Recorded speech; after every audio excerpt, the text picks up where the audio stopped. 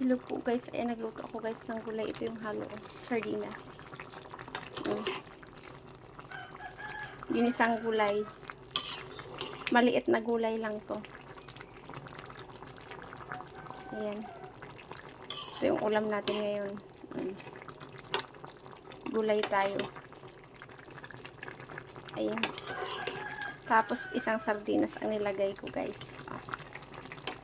Tapos isang gulay din tong maliit lang siya. Ayan. Ayan, ito yung ulam namin.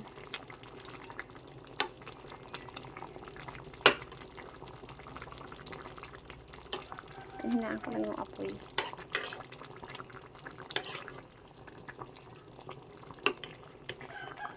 Ayan, ang halo, sardinas.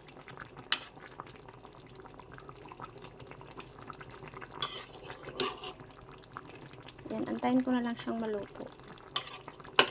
Tapos pwede na, kainan na.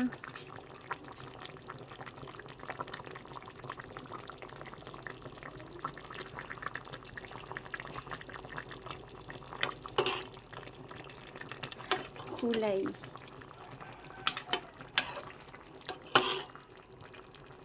Ginisang gulay.